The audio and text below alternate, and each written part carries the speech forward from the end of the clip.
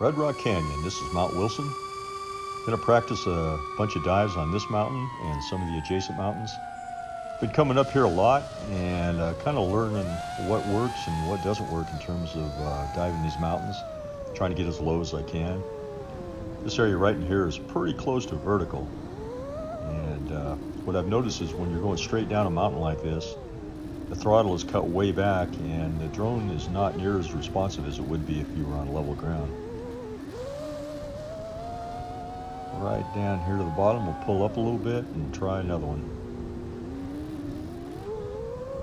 And we're flying the DJI FPV drone along with the goggles V2, RC controller 2, and the drone has the DJI Action 2 camera piggyback on it, which is a pretty good camera. I really like it compared to the stock camera. And here's our second dive on Mount Wilson. This time, instead of going down through the notch on the right there, we're going right down the ridge line here. And it gets pretty close right in here, nearly vertical again. And then I'm swinging over here to the right a little bit, kind of similar to what I did on the last dive. A lot of fun doing this. Got a good line of sight to where I am. I'm out there in the right, out in the desert, about 1.25 miles away. And going back up on top for a third dive. This time we're going to go back through the notch where those trees are. I think that's just a really cool area there.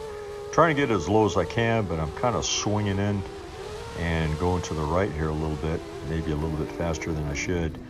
So here I'm trying to swing it over to the left and get back into that groove, but I overshoot a little bit. So I'm just compensating by going down as straight as I can here. Not as cool as the last dive, but each one is really good practice. The perspective you get when you're traveling down the face of the mountain like this is just totally different than on the way up. You're trying to imagine what it's going to be like going down, but you just can't.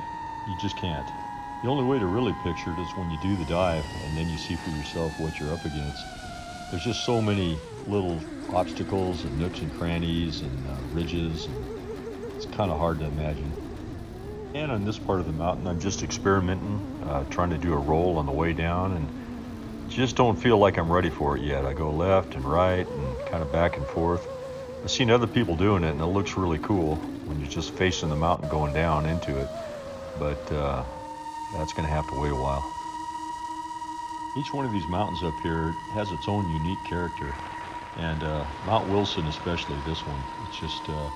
there's so many different paths you can take down, and the only way to really get a handle on it is to practice on it repeatedly. I've probably got like 15 or 20 dives on this thing right now, and I still got a long way to go to figure out the mountain. On this dive, I decided to go down the left face a little bit more. It's pretty nice. There's a nice little kind of a canyon, or whatever you want to call that right here. And I'm right straight out there, about 1 mile away at this point, so pretty safe to go down in between those two walls like that.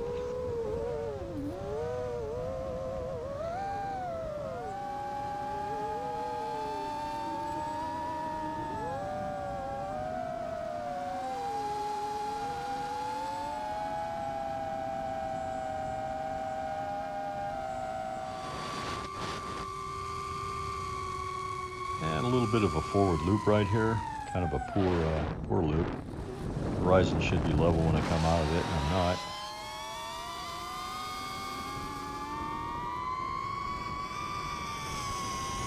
One of the things I've really changed on these dives here is I used to be a thumb user only on my control sticks, and now I'm using thumb and index finger. And the reason for that is that I was getting a lot of twitch on my fingers when I'm going straight down these mountains like this. And it was showing up in my video there. The video was kind of rocking back and forth a little bit. So I started to use my index finger along with my thumb, and it became a lot more steady. You can just grip the stick a whole lot better, and it's got a lot better feel to it also.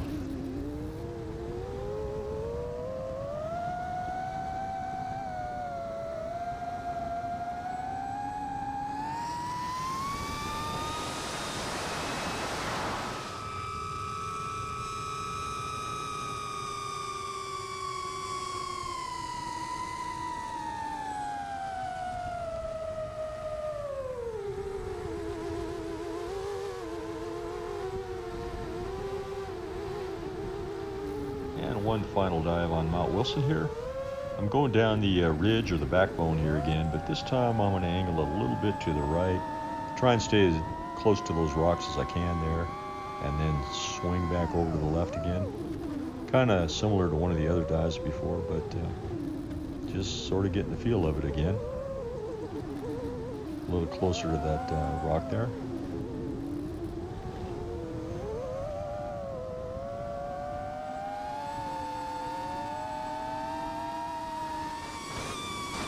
And now we're going to do a few dives on Rainbow Mountain. It's just adjacent to Mount Wilson that you see over there in the distance. I think this is a lot prettier mountain. It's not quite as steep, but man, it sure is gorgeous. Just look at these colorful rocks on the way down here. I'm going to talk a little bit about the FPV drone itself. This is probably the most aerodynamic drone out there. It was really designed to be smooth and slick and just slip through the air with the minimum of drag, which I think is what partially contributes to its great performance. They actually call this drone the Flying Potato, but actually it's more of a jackrabbit of the skies in my opinion. Top speed on this drone is 90 miles an hour. I've actually seen in the goggles going with the wind 107 miles an hour, and it'll just really crank. It's really great because if you get into strong winds, this drone is going to handle it. You'll have no problem getting back. I mean, you could practically fly in a hurricane with this thing. The drone itself weighs 800 grams. That's with the battery installed. The battery is a 6S 2000 milliamp hour battery, weighs 300 grams, and it's a LiPo battery. It's not a lithium ion. So that's really great because it just delivers outstanding performance. The amp draw can go really high, unlike a lithium ion. So when you need that punch, especially in the latter half of the battery's life, you really get it back. When the battery gets low, down below around 40 or 30%, you still have a lot of punch, and that's important. With the lithium ion, I've noticed that they really start to fall back a little bit when you get down the lower percent range on the battery. Like on the Avata, coming back sometimes the speed just drops and drops and drops, and it seems like you're never going to get back. That doesn't happen with the FPV drone. You'll keep the maximum speed all the way to the end of the battery, even all the way down to 10%. Flight times for me in manual mode are about 5 to 8 minutes, and I'm averaging just over 5 miles per flight. That's based on the flight data when I downloaded after the flight. So that's pretty good. It's not a real long flight. If you fly it in sport mode or normal mode, you'll get a little more time out of it. I average about 6 minutes of flight, and I don't really think about landing until I get below 20% on the battery. I often land at 10% or even all the way down to 0%. It's not going to hurt the battery. Even at 0%, there's plenty of reserve left in this thing. And I've got 3 batteries. One of my battery packs has 350 flights on it already. And that's based on the data from the goggles. And it still flies as good as day one. I don't see any drop in performance at all. So I think I'm probably going to get 500 or 600 flights out of it. And the secret to good battery life is just to charge them up a few hours before you plan to fly them. And when you get back home, charge them back up to around 40 or 50%. So I usually put them back on the charger for about 6 or 7 minutes when I get back home, and by then it's up to about half. I just ordered the GEPRC MAS 7. It's a 7-inch long-range drone, and it weighs about double of what the FPV drone weighs in at. It's probably going to have similar performance. I don't think it'll be quite as fast as the FPV drone, maybe a little slower, but it's going to have about double the range, and should be able to fly for maybe close to 20 minutes. So the nice thing of that is when I'm up on these mountain peaks and everything, I'll be able to stay up there a lot longer. I won't have to worry about getting back and trying to save the battery. So that's going to be pretty nice. It's going to be another month or so before I actually get the drone. It's coming from China, but when I do, I'll go ahead and do a video on unboxing it and maybe the first few flights, kind of give you an idea how it compares to the FPV drone. I think the FPV drone is probably going to be my everyday drone for flying most of the time. And I'll just keep the GEPRC drone for my long-range flying when I'm up in the mountains or when I'm traveling, going through the mountains of Colorado and that kind of thing, to just really get out there far and see what I can experience with it. I'm looking forward to it. I'm going to talk a little bit about the camera angle now. I've got my piggyback camera, the DJI Action 2. Got it set for around 22 degrees, something like that. So it's kind of down quite a bit. and that's because I'm doing all this mountain diving. But my goal really is to keep the horizon in the upper part of the screen when you actually download the video. And I think that just gives you a really nice, pleasant view when you can see the horizon. It just puts everything in the right perspective. If you're looking at the face of the mountain all the time, especially on the way up the mountain, it just doesn't have the same appeal to it.